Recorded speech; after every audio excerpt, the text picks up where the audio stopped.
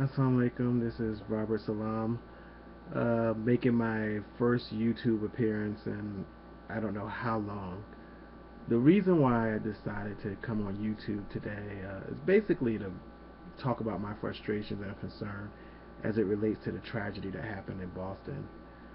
One of the things that really disturbs me, outside of the tragedy within itself, which unfortunately occurred, but I'm as usual, my first hearing about it was a text message from a friend who's also a Muslim and said, "Oh my God, did you hear about the terrorist attack in Boston?" And right away, I picked up my phone and looked into it. It was probably 5 o'clock in the afternoon when I actually researched it. And I, like many Muslims across America and across the globe, one of the first things we thought, as self-serving as it may sound, is, "Oh my God, I hope it's not a Muslim." That's not to say that we hope it was anybody other than a Muslim, because no one should have to deal with terrorism at all. It doesn't matter what your background is, or what country you're from, or where you live. Terrorism is evil, it's sadistic, and no human being should have to deal with its effects, or any of the actions taken by any perpetrator of such crime. However, one of the things that disturbs myself, as well as the American Muslim community and the Muslim community abroad, and which many may not be willing to say as you look at your cable news and internet blog postings, is the sad, sick behavior that occurs by those who are already perpetrating this myth of the Muslim world out to get humanity. It drives me personally, and I know many others, crazy to no end, that the moment one of these attacks occur, and first we have to deal with the idea of, is it a Muslim or not? If it is, we know that the fallout is going to be every Muslim in America, in the world, is now going to be labeled as inherently evil, out to get Americans, etc., etc. Many of the people who make these claims do this to help further their own celebrity. Others do it just because they're hateful bigots. But the reality is, there are millions of Muslims, have been in America for quite some time. The majority of whom look like me, by the way, African Americans. They're not a bunch of immigrants who come to your country to attack and kill Americans. It's just not the case. In fact, the majority of terrorism that happens in America are perpetuated by non-Muslims. However, we rarely call that terrorism, because then we'd have to broaden the definition and actually apply it as what it actually means, and no one really wants to do that. It's the stereotyping and the spin that really creates a problem in America, where now we're hearing, just like it was at the 9/11, all kinds of Muslims, Muslim women who are out with their children, uh, people who aren't even Muslim but happen to look Muslim, are being harassed, in some cases assaulted. And you have these so-called activists who are gleefully on the Republican news network. Not to say this is all Republicans, by the way, but we know what channel I'm talking about, as well as different right-wing media outlets and others who are gleefully promoting this idea of gotcha. We told you this was Muslims, or yada yada yada. First it was, someone dark brown or whatever, and now we find out it's two, what most people consider white boys, but now we're getting into specifics because they're Chechnya, and oh, of course, in Chechnya they're Muslims. So here we go. Some of the reports that are coming out now is that this kid was, nominally Muslim, in the sense that no Muslims I know of or heard of, smoke pot and talk about all these different things that most high school kids depending on what you look, depending on your point of view, uh, are engaged in, good or bad. because these were American kids. We don't know why they went this way. We may never know why. But the reality is, what really, really, really ticks us off, though we may not ever say it on television, is that no one does this with any other group. Had these guys been, two white boys originally from the OC or somewhere, it'd be, oh, they're mentally ill, or they were led astray by some bad influences. We would have come up with every other excuse. We're taught as a matter of course that we shouldn't label anytime someone of Christian background or Jewish background, anybody else commits any act of terror. There's always some other reason. There's always some excuse for their behavior. But let the terrorist be a Muslim, and this is inherently in Islam. Never mind, there are a billion people on this earth who profess Islam as their religion, and yet the majority of crimes on the planet are committed by non-Muslims. We don't go around saying that all Europeans, all Americans, or all white people in general are this or that, And if we wanted to use this whole, if all rules are being equal, why aren't we always leery of white people in general? I have nothing against white people personally, and I think it's a sick, disgusting disease that is satanic when one has such prejudices and racial issues with any group based on their race or their religion.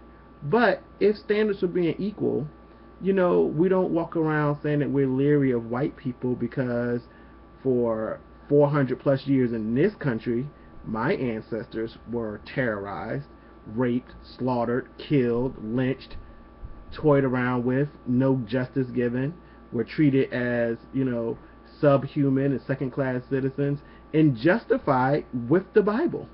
No one talks about how some of the quote-unquote peaceful religions like Mormonism, just up until the 70s wouldn't even let black people really be members of their church, because of the Hamitic curse that black people were all, according to the Bible, cursed because one of Noah's sons, Ham, saw him naked when he was drunk, God forbid.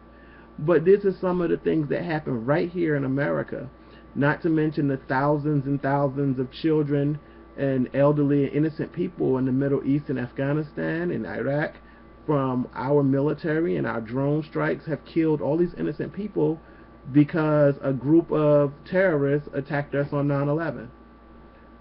The leader of which is dead. It's these moments that really get you to understand, especially when you're a husband and you're a father, and you say to yourself, that could have easily been my wife pushing a stroller on her way to the store. And, I just wouldn't know what to do when I realize that someone who's been listening to so-called preachers and other spokesmen and political parties and commentators and other Americans who say that my family is inherently evil because of the way we pray. And one of the things that really personally ticks me off with that, most of the people saying this crap have done nothing for this country. Nothing for this country except line their pockets, perpetuating these myths and this hate. Someone like me who's actually served this country honorably in the United States Marine Corps, who swore an oath to protect and defend the Constitution of the United States. Generations of my family have done that on both my side and my wife's side.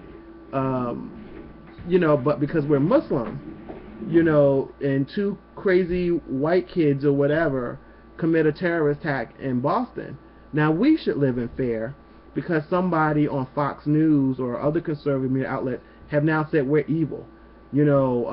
All Muslims should be killed. This coming from, this black celebrity in the conservative media.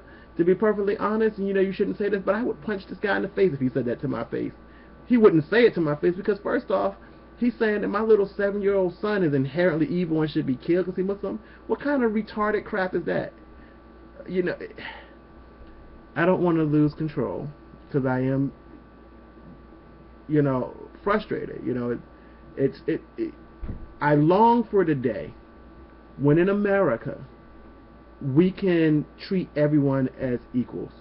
I know this sounds very lofty, very Dr. Kingish and utopian, But the reality is, even on the small scale, we should have the decency to be able to say that just because someone is Muslim, they should not feel the need or obligation to have to go on and defend our religion as if we're all scholars and theologians just because we pray differently than others, just because we believe differently than others. We make no other member of no underfaith community do this. Right now in Burma, we have Buddhists slaughtering Muslims. Complete slaughter and almost genocide. No news outlets are covering this, barely, especially not the mainstream media. No one's saying that the peaceful Buddhists need to come on and explain this, because the only time we do this is when it concerns Muslims. This is the only time we do this when it concerns Muslims. And I don't know as a father how to explain this to my children when all I raise them about is, outside of their Islamic studies, we do everything any other black family in America is doing. But I also instill in them pride in this country, service in this country.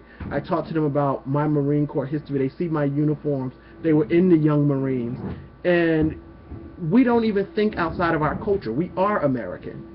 I eat, Southern food just like anybody else do that's from the South, except pork. And things of that nature. We play video games. We play the Xbox. I'm going to go see Iron Man 3 when it comes out. We're Americans. But now, my life is momentarily interrupted, where it shouldn't be. It should be interrupted to be able to mourn with the rest of America, to pray for these families and hope that God gives them rest and ease. Not to be sitting here feeling like I have to defend myself and my family, my religion, my friends, because terrorists also belong to the same religion. When all Catholics start apologizing and coming on national television and saying, oh, we're sorry for whatever's going on in the Catholic Church, when all Christians, particularly Baptists, start explaining away for Westboro Baptist Church and all these other crazies, when people, start realizing that the majority of the prison population, although they're black and Hispanic, proclaim Christianity as their religion, showing you that, the majority of criminals in this 76% Christian nation are Christian. When everybody feel the need to start apologizing religiously for members that claim their religion, then maybe I might feel that I'm obligated to apologize for the actions of people I never knew, will never know. I've never even been to Massachusetts, to be perfectly honest. I really, there's just no words for it. The reality is, for those of you who are out there who talk about all Muslims should be killed or deported, or any of the crazy things you're saying about my religion and other members of my faith, why don't you take a look in the mirror and think about what people in your faith group, in your ethnic background, and wherever your ancestors are from, what they've committed, and ask, are you willing to own up to that and be responsible for it? If not, why don't you stop spreading the hate? And more importantly, if you're so patriotic and you're so concerned about America and the big evil threat posed by our enemies, the recruiters are looking for a few good men and women right now.